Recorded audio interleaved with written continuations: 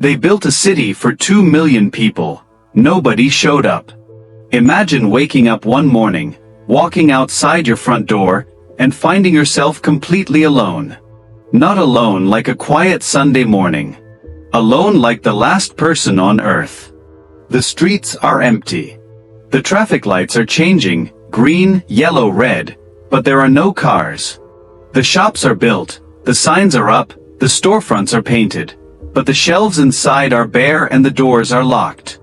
The apartment buildings tower above you, 40, 50, 60 stories high, windows clean, facades fresh, but not a single light on in any of them. Parks with benches and fountains. Fountains that work. But nobody sitting on the benches. Nobody walking the paths. Nobody anywhere. You walk for an hour. Then 2. Then 3. Still nobody. This is not a nightmare. This is not a post-apocalyptic movie. This is not a scene from a science fiction novel about the end of humanity. This is Tuesday morning in Kangbashi, Inner Mongolia, China. And it is one of dozens of places just like it scattered across the globe. Cities built at enormous expense, with extraordinary ambition, for millions of people who never came. Ghost cities. And the story of why they exist is one of the strangest, most fascinating, and most quietly terrifying stories of the modern world. To understand ghost cities, you have to understand something about how ambition works at scale. Individual ambition, the kind that drives a person to start a business, or write a book or build a house, operates on a human timescale. You try something, you see if it works, you adjust. Feedback is relatively fast. Mistakes are correctable. Government ambition, particularly the kind that operates in centralized, rapidly developing economies, works differently. The timescales are longer. The resources are vastly greater. The feedback loops are slower and often distorted by politics and incentive structures that reward building over results. And the mistakes, when they happen, are not the size of a failed business or a house that needs renovating. They are the size of cities. China is the most dramatic example, but it is not the only one. From Kazakhstan to Egypt, from Brazil to South Korea, from the American Southwest to the deserts of Angola, governments and developers have built, or attempted to build, entire cities from scratch, on the assumption that if you build it, they will come. Sometimes they do. Sometimes they don't. When they don't, what you're left with is something that feels less like a failed real estate development and more like an archaeological site from a civilization that simply stopped existing. Except the concrete is still fresh. The paint hasn't peeled. The infrastructure is functional. Nobody came. But everything is ready for them. The story of China's ghost cities begins in the 1990s, when the Chinese government made a decision that would reshape the country, and arguably the world, more dramatically than almost any policy decision in modern history. They decided to urbanize. Not gradually. Not organically. But at a speed and scale that had never been attempted before in human history. In 1990, roughly 26% of China's population lived in cities. The government's goal was to raise that number to 60% by 2030, moving, in practical terms, hundreds of millions of people from rural areas into urban centers in the span of roughly 4 decades. To put that in perspective, the total population of the United States in 2024 is roughly 330 million people. China planned to move the equivalent of that entire population, plus more, from the countryside into cities. In 40 years. To do that, they needed cities. A lot of them. And they needed them fast. The mechanism they chose was what economists call investment-led growth. Local governments in China were, and to a significant extent still are, evaluated and promoted based largely on GDP growth figures. And the fastest, most reliable way to generate GDP growth is construction. Building things, roads, bridges, apartment blocks, entire cities, generates enormous economic activity. It employs construction workers. It stimulates demand for steel and cement and glass and copper wire. It shows up, immediately and impressively, in the growth statistics. So local governments built. And built. And built. Between 2011 and 2013 alone, just 2 years, China used more cement than the United States used in the entire 20th century. Read that sentence again. 2 years of Chinese construction consumed more concrete than 100 years of American construction. That number is almost impossible to comprehend. But it begins to explain how you end up with cities that nobody lives in. Ordos is where the story of China's ghost cities really begins, at least in the Western imagination. The city of Ordos is located in Inner Mongolia, in northern China, a region that sits on top of what turned out to be enormous reserves of coal. In the mid-2000s, the coal boom transformed Ordos into one of the wealthiest cities in China. Money poured in. Local government coffers swelled. And with that money came ambition. In 2003, the local government announced plans for a new district, Kangbashi, that would be built from scratch on empty desert land about 25 kilometers south of the existing city center. Kangbashi would be a showpiece of modernity. A planned city of the future. It would house 1 million people, with museums, theaters, government buildings, universities, sports facilities, and residential towers stretching as far as the eye could see. The construction began. And it was, by any measure, extraordinary. Massive government buildings were erected in grand architectural styles, part Chinese classical, part futuristic modernism. An enormous statue of galloping horses, the symbol of Inner Mongolia, was installed in a central plaza the size of several football fields. Museums with sweeping curved facades and glass roofs were built along a civic boulevard. Apartment towers went up in clusters, identical and immaculate, their windows gleaming in the desert sun. By 2010, most of the construction was complete. And almost nobody was there. Journalists who visited Kangbashi in the early 2010s described an experience that felt genuinely surreal. The roads were wide and well-maintained, 6 lanes of smooth asphalt, but virtually empty of traffic. The government buildings were operational, but the surrounding streets had no pedestrians. The museums were open, but had almost no visitors. The apartment towers, hundreds of them, capable of housing hundreds of thousands of people, sat dark and vacant, their lobbies empty, their elevators unused. Al Jazeera ran a documentary. Time magazine called Kangbashi China's ghost city.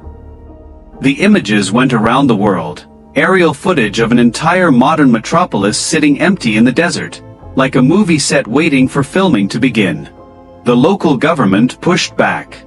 They said the city was still being developed. They said the population would come. They pointed to schools that were being built, to incentives being offered to attract residents, to the natural growth of the surrounding region. And to be fair, they were partially right. Kangbashi's population has grown since those early reports. Today, several 100,000 people do live there. The streets are no longer entirely empty. Some of the shops have opened. But the dream of 1 million residents? Still a long way off. And in the meantime, Kangbashi became the symbol, the defining image, of what happens when ambition outpaces reality. But Kangbashi is just one city. And Ordos is just one region. Across China, the phenomenon repeated itself at a scale that is genuinely staggering. Zhengzhou, the capital of Hunan province, built an entire new district called Zhengdong New Area on what was farmland in the early 2000s. The plans called for a circular urban layout centered on an artificial lake, a Chinese Manhattan, some called it, with gleaming skyscrapers, a massive convention center, and residential towers for hundreds of thousands of people. For years, Zhengdong looked like Kangbashi. The buildings were there, the infrastructure was there, but the people weren't. Aerial photographs showed ring roads and towers reflected in an artificial lake, with almost no signs of human activity. Today, Jiangdong is actually filling up. It's one of the ghost city success stories, in a sense, because it eventually attracted residents and businesses. But it took nearly 15 years for the area to reach anything close to the population density that would justify its construction. 15 years of a city waiting to become a city. Then there is Ujiapu, in the Tianjin-Binhai New area, planned as China's answer to Manhattan, complete with replicas of the Rockefeller Center and other famous New York landmarks. Construction began in earnest around 2008. By 2013, an estimated $70 billion had been spent on the project. But the global financial crisis, shifting economic conditions, and the sheer ambition of the project created problems that money alone couldn't solve. Ujiapu stalled. The cranes stopped moving. The half-finished towers stood silent against the Tianjin skyline, waiting for investment and residents that were slow to arrive. In Guizhou province in southwestern China, the new city of Guiyang built an entire district, Guiyang North, with apartment towers stretching for miles, served by a new rail line, anchored by government offices and commercial centers. Empty. In Hebei province, close to Beijing, the city of Kaohsiung was built on reclaimed land along the coast. It was supposed to be a model eco-city, sustainable, modern, a showcase for China's green urban future. Billions were spent. An entire city materialized on what had been open sea. And then, largely, it sat there, waiting. The pattern was the same in city after city, district after district, province after province. Build first. Wait for people later. Hope the growth catches up to the construction. Why did this happen? Why would a government build cities for people who hadn't arrived yet? The answer involves economics, politics, incentives, and a particular theory of development that was enormously influential in the 1990s and 2000s. The theory goes something like this: development requires infrastructure. You cannot attract businesses without offices. You cannot attract workers without housing. You cannot attract residents without services. So you have to build the infrastructure first, create the conditions for growth, and then the growth will follow. This is not an unreasonable theory. It has worked in various forms throughout history. The American West was built on exactly this logic. Railroad towns were established before the settlers arrived, and then the settlers came because the railroad was there. But the American West had one thing that many of China's ghost cities lacked: an organic economic reason for people to be there. The railroad connected places that had resources, farmland, minerals, ports, to markets that wanted those resources. The infrastructure enabled something that was already there. In many of China's ghost cities, the infrastructure came first, but the economic engine never quite arrived. Kangbashi had coal money, but coal money is volatile. Ujiapu had ambition, but ambition doesn't fill apartments. Kaohsiung had sustainability credentials, but sustainability credentials don't create jobs. And underneath all of this was the incentive structure that drove local government officials to build in the first place. Because here is the thing that most Western coverage of China's ghost cities misses: the officials who ordered these cities built were not stupid. They were not delusional. They were not ignoring reality. They were responding rationally to the incentives they faced. Local government officials in China were, and largely still are, evaluated on economic growth.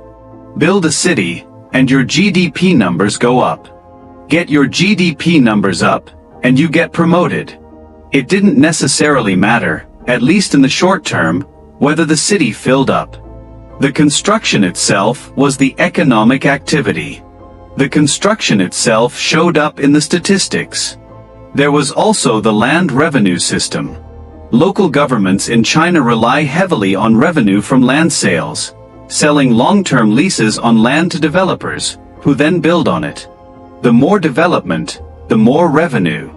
And more revenue meant more ability to build more things, which generated more revenue, in a cycle that could sustain itself for years before the underlying demand problems became impossible to ignore.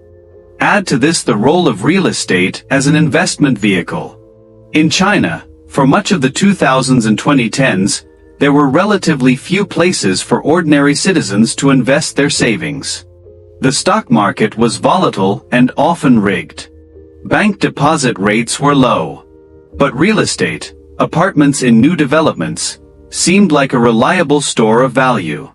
So people bought apartments not to live in them, but to hold them as investments. And because they were held as investments rather than lived in, they sat empty. Empty but owned. Owned but unlived in. Buildings full of dark windows that belonged to someone, just not someone who lived there. This is a crucial distinction. Many of China's ghost city apartments are not actually unowned. They're owned by investors who have no intention of living there. Which means the vacancy is not a sign of failed demand in the traditional sense. It's a sign of a particular kind of speculative investment culture colliding with government-driven construction incentives. The result looks like abandonment. But it's actually something more complicated than that. China is the biggest story, but it's not the only one. In Egypt, a project called New Administrative Capital is currently under construction about 45 kilometers east of Cairo. It will cover an area larger than Singapore.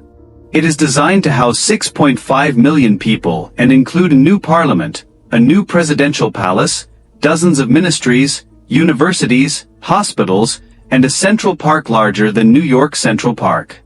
The cost is estimated at $60 billion. The funding is coming partly from China. Cairo is one of the most densely populated, most chaotic, most historically layered cities on Earth. The traffic is legendary. The infrastructure is strained. The government has long wanted to decentralize, to move the bureaucracy out of the congested capital and into a new purpose-built administrative center. It's a rational goal.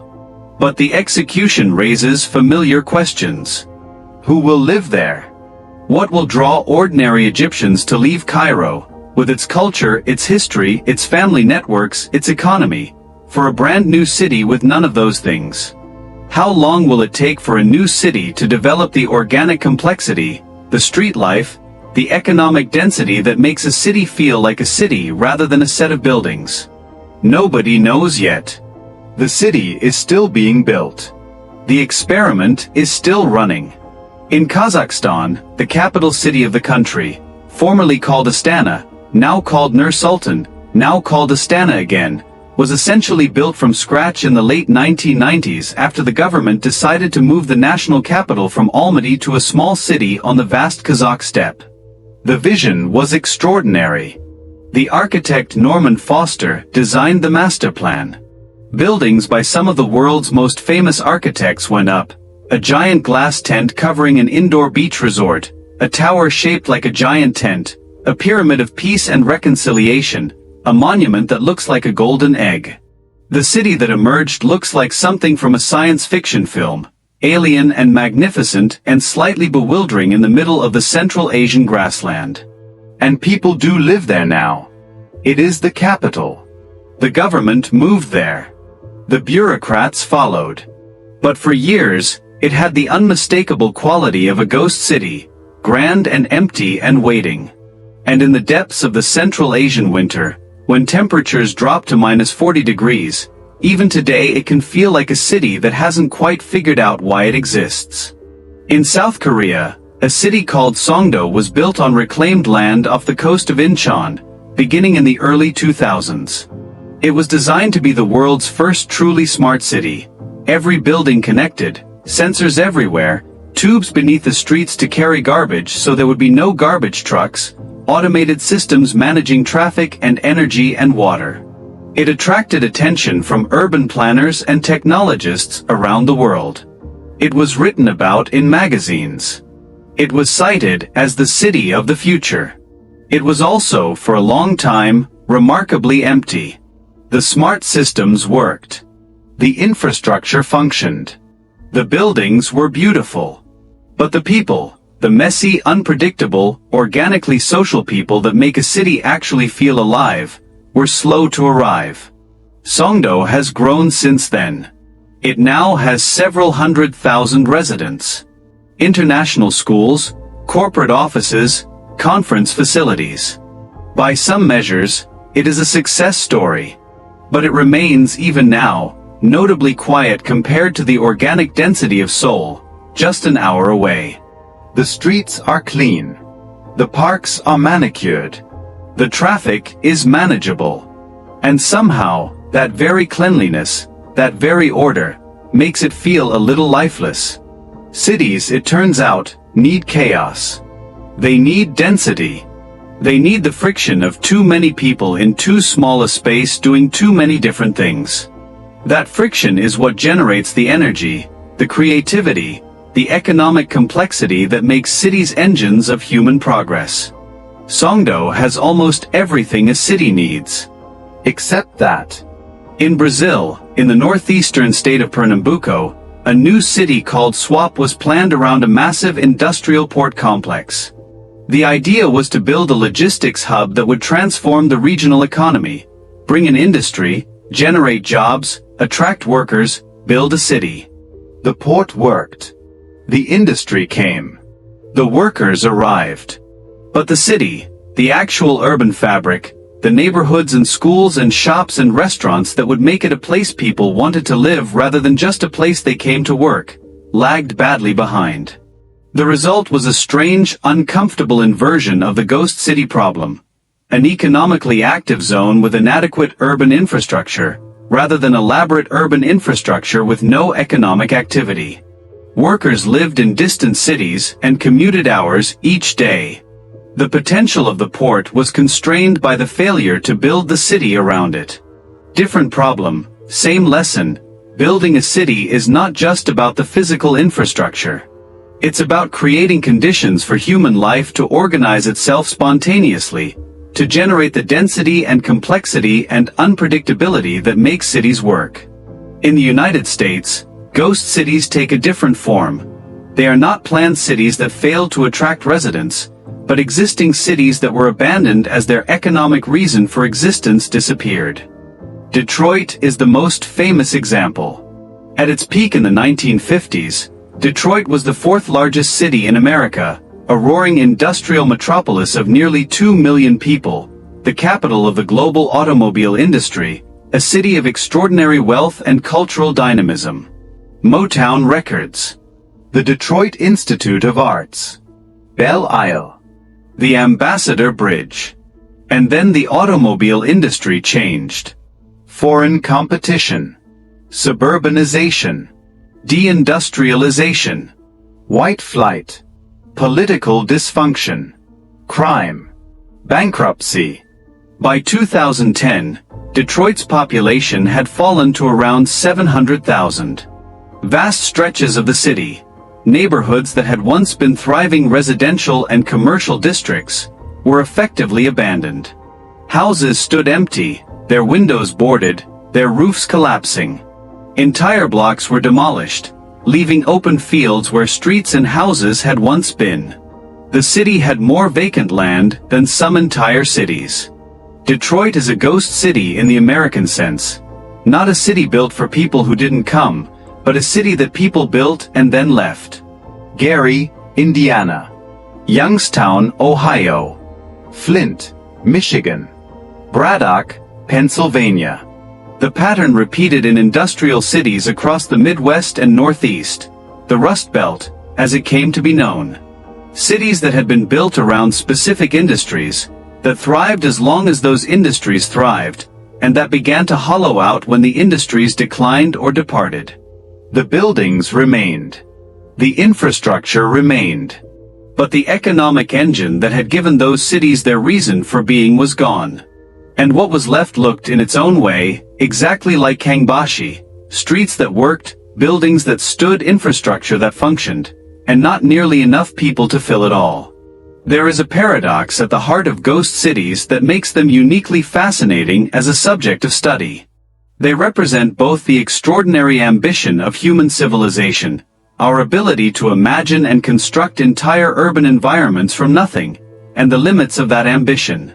The gap between what we can build and what we can actually make work. Between the physical city and the living city. A building is not a neighborhood. A road is not a community. A fountain is not a gathering place. An apartment tower is not a home. The physical infrastructure of a city can be constructed in years. The social infrastructure, the networks of relationships, the shared culture, the economic ecosystems, the organic patterns of daily life that make a place feel like somewhere people actually belong, takes generations. And you cannot build that with a government decree or a developer's blueprint. You cannot construct it with steel and concrete and glass. It has to grow. And growth cannot be forced. It can only be enabled, encouraged, and then patiently waited for. The ghost cities of the world are monuments to our failure to understand that distinction. They are reminders that a city is not a collection of buildings. It is a collection of people, and people will only stay where they have reasons to stay. So what happens to ghost cities? Do they fill up eventually? Do they stay empty forever? Do they get torn down? The answers vary, and they are instructive. Some ghost cities do eventually fill. Zhengdong in China took 15 years, but it got there. Astana in Kazakhstan had the advantage of being the capital. The government moved there, and government tends to drag people along with it. Songdo in South Korea has gradually attracted residents, helped by its proximity to Seoul's international airport. The pattern in successful cases tends to involve one or more of the following: a genuine economic anchor, a government presence, a major employer, a logistics hub that gives people a concrete reason to move there, connectivity to existing urban centers, so that people can access the amenities of established cities while living in the new one, time. Years or decades of patient investment and incentive offering before the population reaches critical mass, and often, a significant lowering of initial expectations. The ghost cities that fail completely tend to be those that were built in locations with no genuine economic rationale. No resources, no connectivity, no industry, on the assumption that the presence of the city itself would create the conditions for its own success. If you build it, they will come. But only if there's a reason for them to come beyond the fact that you built it. In 2023, a new chapter in the ghost city story opened in Saudi Arabia. NEOM. The line. A city, if city is even the right word, that would stretch 170 kilometers across the Saudi desert. Not wide. A straight line. 170 kilometers long and just 200 meters wide, housing 9 million people in a structure that would be over 500 meters tall. The promotional videos were astonishing. Gleaming white walls cutting through mountains and desert and coastline. An interior environment of skyscrapers and parks and transit systems, sealed from the outside world by the massive walls on either side. A city as a building. A building as a city. The project was announced with enormous fanfare. It was presented as a glimpse of the human future, a solution to the problems of urban sprawl, carbon emissions, land use, and traffic. An engineering marvel. A bold leap. Critics pointed out the practical problems. 9 million people in a 200-meter wide corridor. The physics of sunlight. The lower floors of a structure 500 meters tall and 200 meters wide would receive almost no natural light. The logistics of evacuating that many people in an emergency. The social dynamics of a city that is, in effect, a single corridor with nowhere to turn left or turn right. And the most basic question of all, who would actually live there? NEOM is still in early construction phases. Its timeline has already slipped significantly. The scale has reportedly been revised downward from the original ambitions.